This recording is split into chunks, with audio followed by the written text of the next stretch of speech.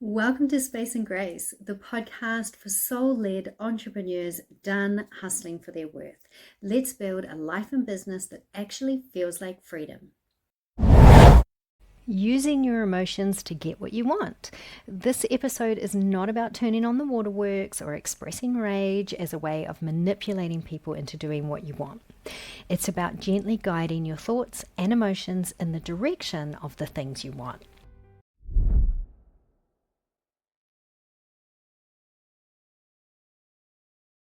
Welcome to today's episode where we'll explore how we can use our emotions as our superpower, as a way of getting what we truly desire in an easier and more aligned way. Now, do you even allow yourself to feel your emotions? I'm really sensitive. I'm highly emotional, and I was highly sensitive growing up. And after having kids, I can just feel all the feels all the time. I'm a total emotional roller coaster.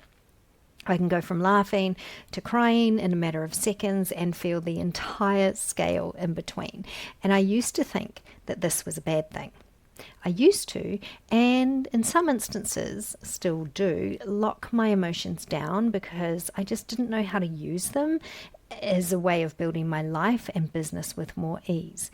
So if you're prone to pushing and hustling and burnout, and you're looking for an easier way to build your business so that you enjoy the process and get incredible results, I created this episode for you.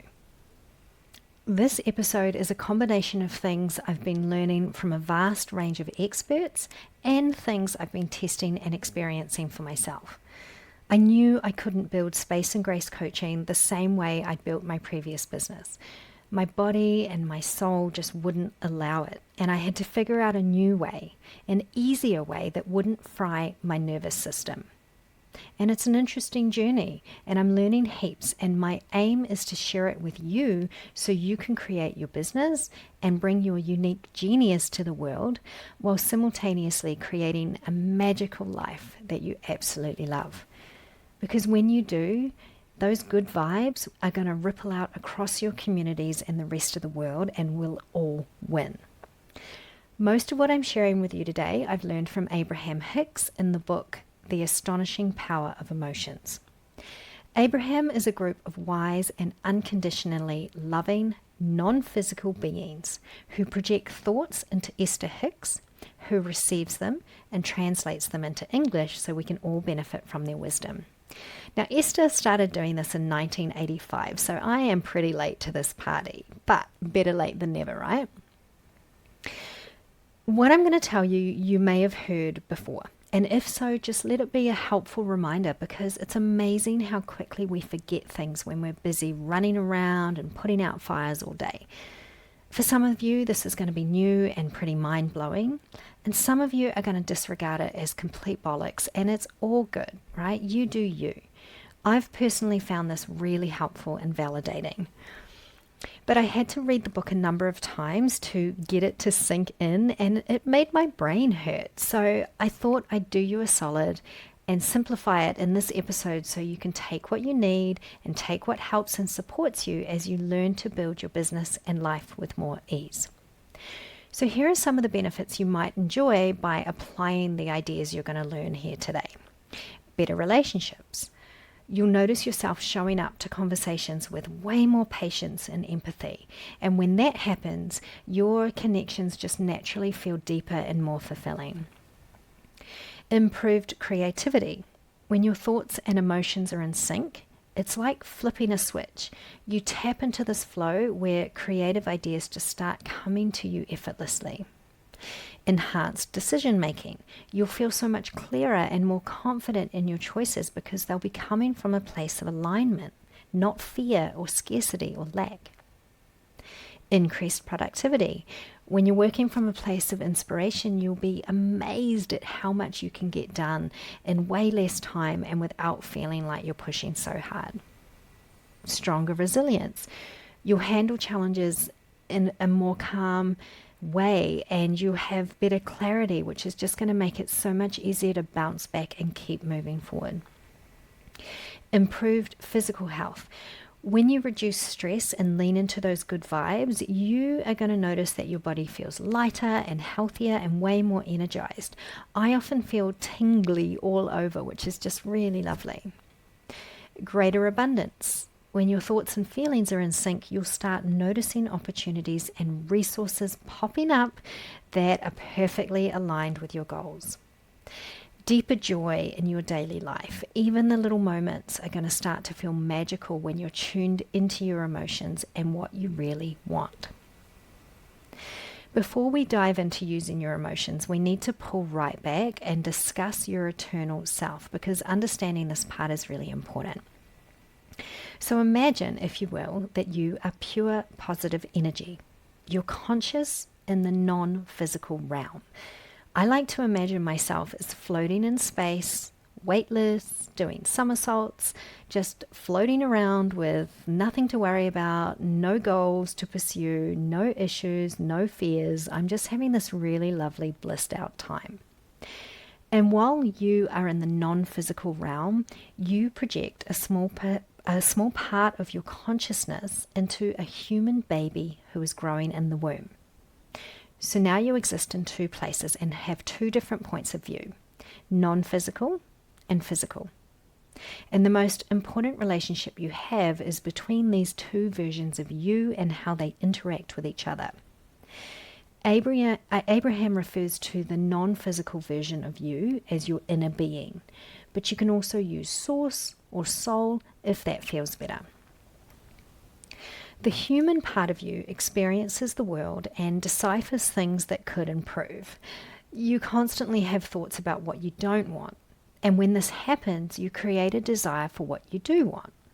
Like, I don't have enough money, and I desire more money. Abraham refers to these improvements you'd like to experience as rockets of desire. And whenever you have a rocket of desire, your inner being focuses on becoming it, and it expands to this new and improved self. It becomes the vibrational equivalent of whatever the human you is asking for. And then your inner being calls your human self towards it to complete that desire. And this might make you feel passionate or enthusiastic about making it happen. So now you have the option of aligning with this new desire or resisting it.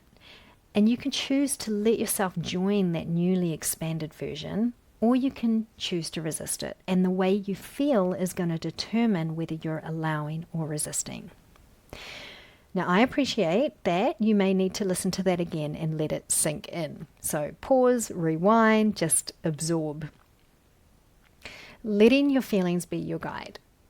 Your emotions are like a built-in GPS, steering you toward alignment between your physical self and your inner being, or your higher self, however you want to refer to it. When your thoughts, feelings, and focus line up with that inner perspective, you feel emotions like joy and love and peace. And that's your signal that you're fully in sync and moving toward the growth and expansion your inner being is nudging you toward. But when there's a disconnect, when you're stuck in thoughts about lack or doubt or resistance, you feel it in the form of frustration or worry or just feeling, right, just icky and off. And those feelings aren't there to punish you, even though it can feel that way sometimes. They're just your inner being's way of saying, hey, this isn't the vibe, let's recalibrate. And here's the kicker, feeling good isn't about doing more or forcing things to happen. It's about shifting your thoughts to match the perspective of your inner being.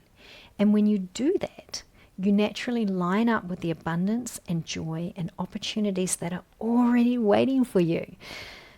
And this is where I personally get stuck, because if I'm not seeing progress on a goal fast enough, my instinct is to go into overdrive. I start brainstorming all the things I can do, right? Pushing harder and basically trying to force the crap out of that outcome. But it almost always backfires, right? I end up exhausted. I'm constantly frustrated, and I either fall short of my goal or I hit it, but I feel so drained that I can't enjoy the win. And what I've learned and what I have to keep constantly reminding myself is when you focus on what excites you, on the outcome you want, instead of the mess you're trying to escape, you'll start to notice little nudges of inspiration. And these ideas feel light and easy and even fun. And when you take action from that place, it doesn't feel like effort, it feels like flow. You don't have to live in a constant state of bliss. If you're feeling some discomfort, all you have to do is aim to feel some relief. And I was, for lack of a better word, I was relieved when I read this, because for the longest time I thought that the reason I wasn't getting the results I desired was because I wasn't able to maintain a constant feeling of happiness and joy and excitement. I couldn't jump from the fear that I was feeling all the way to the excitement or joy that I wanted to feel. And so I thought that I must be doing it wrong and that I would never get what I wanted. So I was really pleased to learn that when I'm experiencing something difficult, I can aim to just find a thought that allows me to feel some relief. And this is going to start turning things around. And what I love about this is it's not loud, it's not expensive or time consuming. It's so subtle and no one will even know you're doing it, but you're going to feel better and get better results.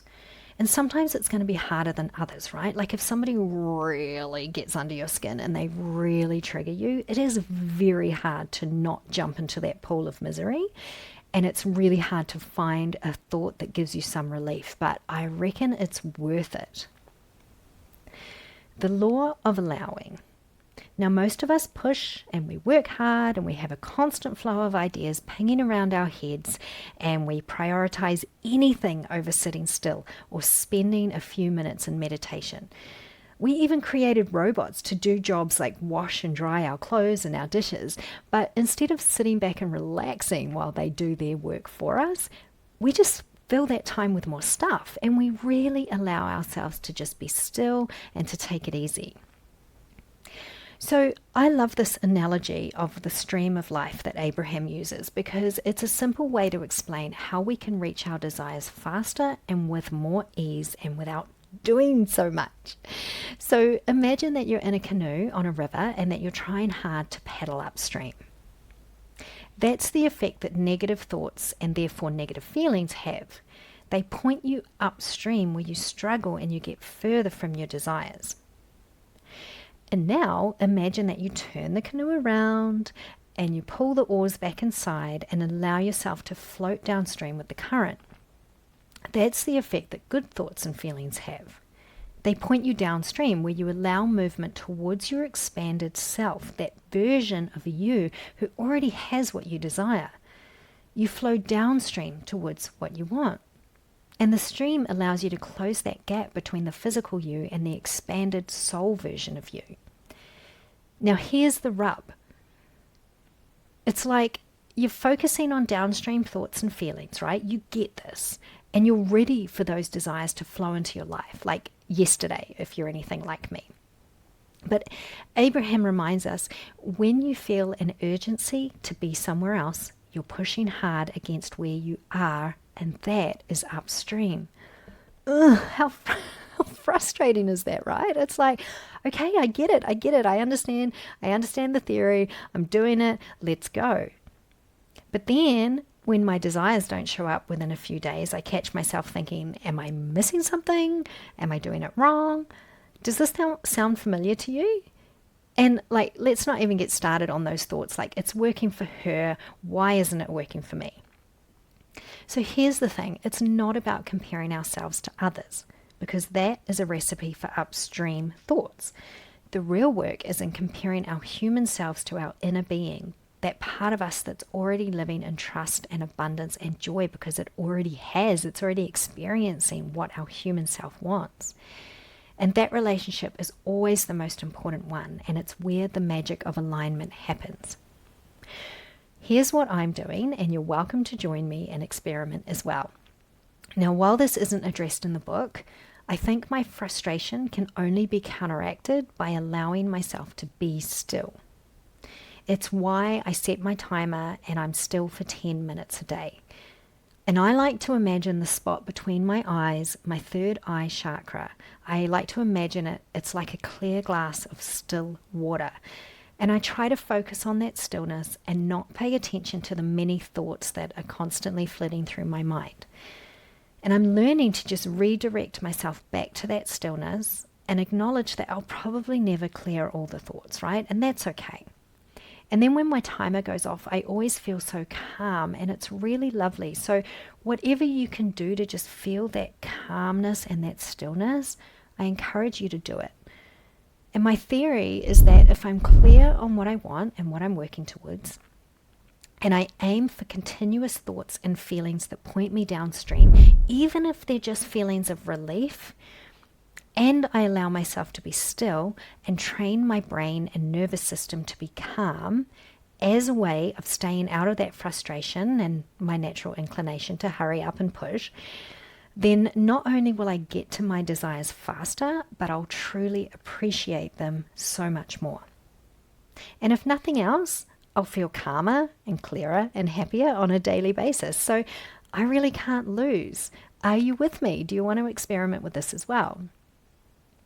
I hope you're starting to understand how we make things so much harder than we need to by thinking crappy thoughts and having crappy feelings and hoping that just one day we're going to get to our desires. But if we can just make incremental improvements in the way we think and therefore feel, we're going to feel better in the moment and get to our desires that much quicker. And yes, it goes against everything we've been taught and conditioned to believe, right? But I think this is worth exploring. Do you? Earlier, I listed some benefits you may experience from applying this to your life and business. So no matter what you want to improve, whether it's your relationships, creativity, decision-making, productivity, resilience, physical health, abundance or joy, what's one small thought you can shift today to start feeling better and pointing your canoe downstream? Now, often we're not even aware of the thoughts that are holding us back, and that's where having a coach can be a total game changer. A coach helps you spot the patterns that are keeping you stuck and guides you towards clarity and growth and alignment. So if this resonates with you, I would love for you to check out the link in the show notes and book a call with me. Let's explore how we can work together to help you reach your goals faster and with so much more ease and joy.